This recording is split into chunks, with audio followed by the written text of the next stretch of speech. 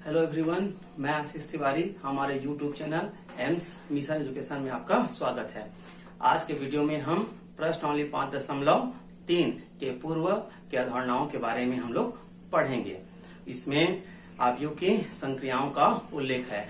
हम जानते हैं गणित में मुख्यतः 4 प्रकार के संक्रियाएं होते हैं: योग, व्यकलन, गुणा एवं भाग। तो हम आज इस प्रश्नावली 5.2 में जो अवधारणाएं दिए गए हैं उनमें अवयवों का योग, 2 अवयवों का योग, एक अवयव का किसी एक अधिक से गुणा तथा अवयवों का व्यकलन एवं अवयवों का गुणा के बारे में अध्ययन करेंगे। अवयवों पर संक्रियाएं, ऑपरेशंस ऑन मैट्रिसेस। इसमें पहला है अवयवों का योग, एडिशन ऑफ मैट्रिसेस। यदि हमारा एक अवयव ए इस प्रकार हो, a is equal to A I j, और दूसरा अवयव b is equal to b I j, समान क्रम m क्रॉस n के 2 अवयव हैं, तो a तथा b अवयवों का योगफल अवयव उनके संगत अवयवों का योग करने पर प्राप्त होता है, जिसे a प्लस बी के द्वारा प्रदर्शित करते हैं तथा इसकी कोटि भी m क्रॉस n होती है। इसका मतलब ये है कि यदि हम 2 अवयवों को जोड़ना चाहें तो 2 अवयवों का जोड़ तभी संभव है जब उनके क्रम जो है समान हो। 2 अवयवों को जोड़ने से पहले हमको इस बात को ध्यान देना आवश्यक है कि दोनों अवयवों के जो क्रम है वो समान है कि नहीं। यहाँ क्रम से तात्पर्य दोनों अवयवों में पंक्तियों और स्तंभों की संख्या जो है समान होनी चाहिए। अगर दोनों अवयवों में पंक्ति और स्तंभों की संख्या समान है तो दोनों अवयवों को हम जोड़ सकते हैं। जोड़ने का तरीका क्या होगा? जोड़ने का तरीका ये होगा कि दोनों अवयवों के संगत अवयवों को हमको आपस में जोड़ना पड़ेगा। A11 को B11 से, A12 को B12 से जोड़ेंगे। इसी प्रकार अन्य अवयवों को भी आपस में जोड़ करके अवयवों का योगफल जो है हम प्राप्त कर सकते हैं। जब अवयव जुड़ जाएगा तो उसकी कोटि भी पहले जो अवयव ए और बी है उन्हीं की तरह होगी।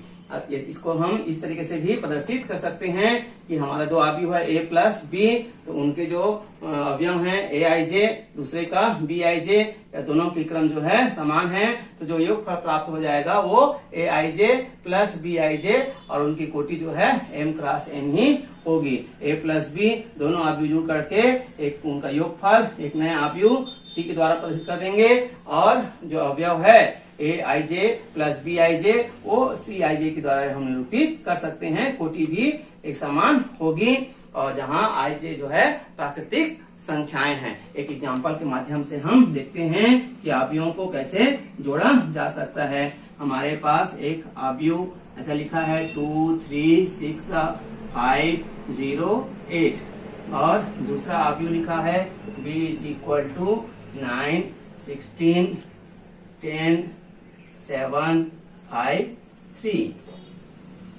तो दोनों अवयवों को हमको यदि जोड़ना है तो सबसे पहले हमें देखेंगे कि दोनों का क्रम समान है कि नहीं है। पहले अवयव का क्रम देखते हैं कि 2 पंक्तियां हैं और 3 स्तंभ हैं, तो इस अवयव का क्रम हो जाएगा 2/3 का।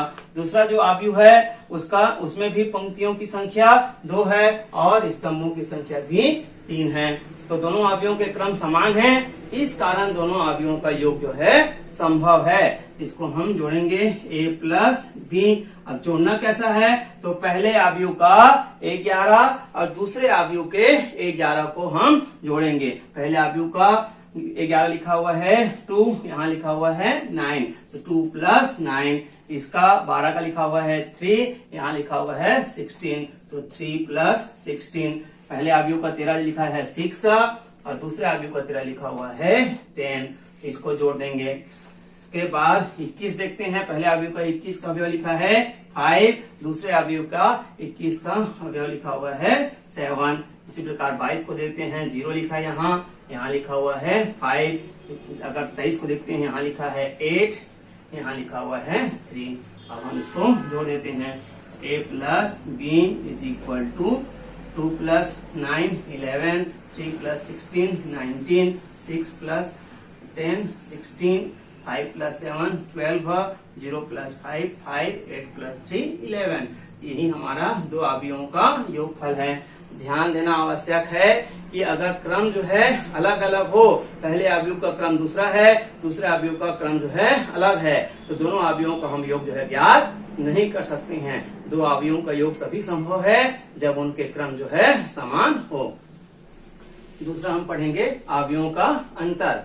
यदि अवयव ए का जो अवयव है वो aij है और b का bij है और दोनों के क्रम क्या है, समान है, तो इनका अंतर a माइनस b से निरूपित होता है तथा इसके a के अवयवों में से b के संगत अवयवों को घटा करके हम a माइनस b को प्राप्त करते हैं और a माइनस b की कोटि a व b के कोटि के बराबर होती है। इसका मतलब ये है कि यदि हम दो अवयवों को घटाना चाहते हैं तो सबसे पहले ये देखना पड़ेगा कि उनकी कोटि समान है कि नहीं है, उनके क्रम समान है कि नहीं है, अर्थात दोनों में पंक्तियों और स्तंभों की संख्या समान है या नहीं है। अगर समान है तभी जो है घटेगा, अगर अलग अलग है तो नहीं घटेगा। घटाएंगे कैसे, तो संगत अवयवों को संगत अवयवों से घटाना है। 11 को 11 से, 12 को 12 से ही घटाना है। इसको इस तरीके से भी लिख सकते हैं, a minus B is equal to A I J M cross N minus B I J M cross N. और दोनों जब संगत अवयव घटेगा तो हमको जो नया अवयव प्राप्त होगा वो इस तरह से प्राप्त होगा, ए आई जे माइनस बी आई जे और कोटि जो है एम क्रॉस एन की होगी। यदि हम a माइनस बी को एक नए अवयव c के द्वारा निरूपित करें तो उनके जो अवयव हो जाएगा वो सी आई जे के द्वारा निरूपित हो जाएगा और उनके क्रम m क्रॉस n हो जाएगा। और सी आई जे का मतलब यहाँ पर ये हुआ कि संगत अवयवों को जो हम घटाए हैं वो हो जाएगा। यहाँ आई जे का मतलब होता है प्राकृतिक संख्याएं। एक उदाहरण देखते हैं कि अवयवों को कैसे घटा सकते हैं। जैसे a इज इक्वल टू 5 3 1 0 4 8 9 7 6। जो अवयव है उनके अवयव इस प्रकार से हैं, अवयव भी हैं, उसके अवयव जो है लिखा हुआ है 4 2 1 3 6 5 7 2 4। अब हमको अवयव a में से अवयव b को घटाना है, अर्थात a माइनस b का मान ज्ञात करना है। उसके लिए हमको ये ध्यान देना पड़ेगा कि दोनों अवयवों का क्रम समान है कि नहीं है।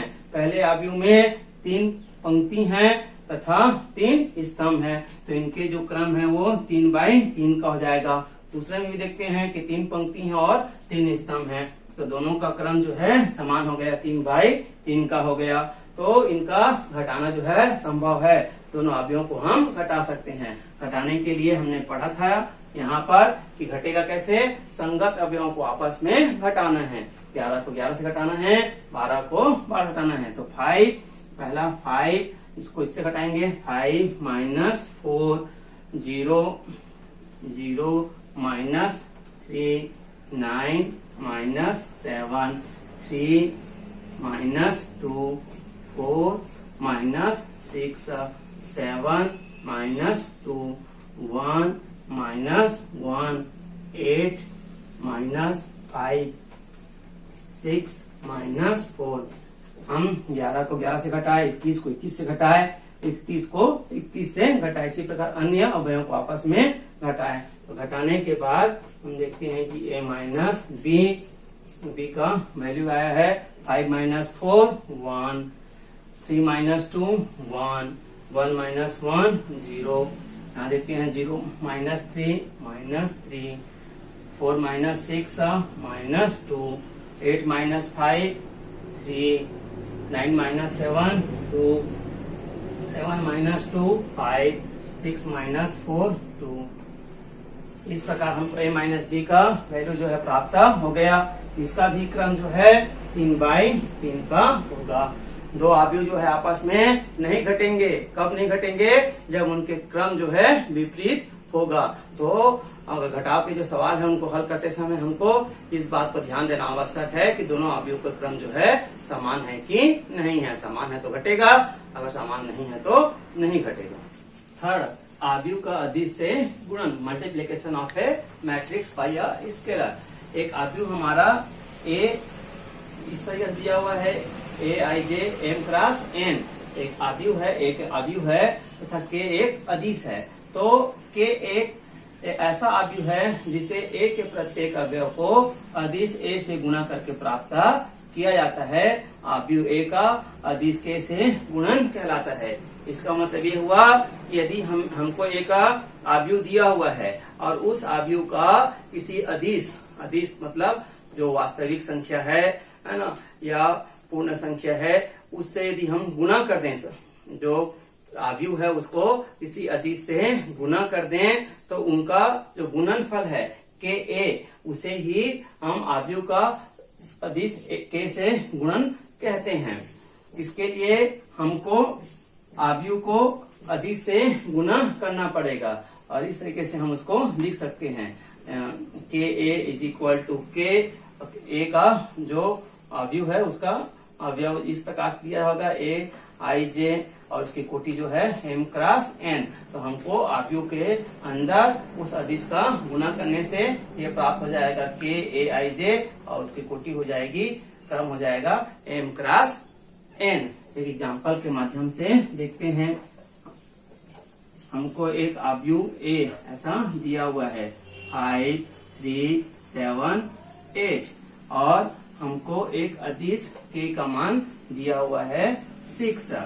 तब हमारा के ए इज इक्वल टू हो जाएगा, के का वैल्यू लिखा हुआ है हमारा 6 और ए आव्यूह जो दिया है हमको 5, 3, 7, 8। आगे के ए इज इक्वल टू, अब ये 6 का आव्यूह के जो अंदर अवयव है प्रत्येक अवयव के साथ उसका हम गुना करेंगे। 4 अवयव जो दिया हुआ है चारों अवयव के साथ गुना करेंगे। अगर आव्यूह में अवयवों की संख्या 9 है तो पूरा 9 के साथ उसका गुना करेंगे। अगर आव्यूह के अंदर 6 अवयव है तो पूरे 6 के साथ हम अदिश राशि का गुना करेंगे। फिलहाल हमारे इस एग्जाम्पल में आव्यूह जो दिया हुआ है उसमें अवयवों की संख्या 4 है तो चारों के साथ इसका हम गुना करेंगे। 6 इंटू 5, 6 इंटू 7, 6 इंटू 3, 6 इंटू 8। आगे हो जाएगा हमारा के ए इज इक्वल टू 6 5 जा 30, 6 7 जा 42, 6 3 जा 18 और 6 8 जा 48। इस प्रकार हमने एक आव्यूह का एक अदिश से गुणा किस प्रकार से होता है पढ़े हैं। हमको आव्यूह के अंदर जितने भी अवयव हैं उन्हीं अवयवों में अदिश का गुणा करेंगे और यही आव्यूह का अदिश से गुणन कहलाता है। आगे हम इन दोनों 3 जो संक्रियाएं पढ़े हैं, आव्यूहों का योग, आव्यूहों का अंतर और आव्यूह का एक अदिश से गुणा, उन्हीं अवधारणाओं का प्रश्नावली 5.3 का में हल करेंगे और इन संक्रियाओं के माध्यम से उनमें जितने भी प्रश्न दिए हैं वो आसानी से हल हो सकते हैं।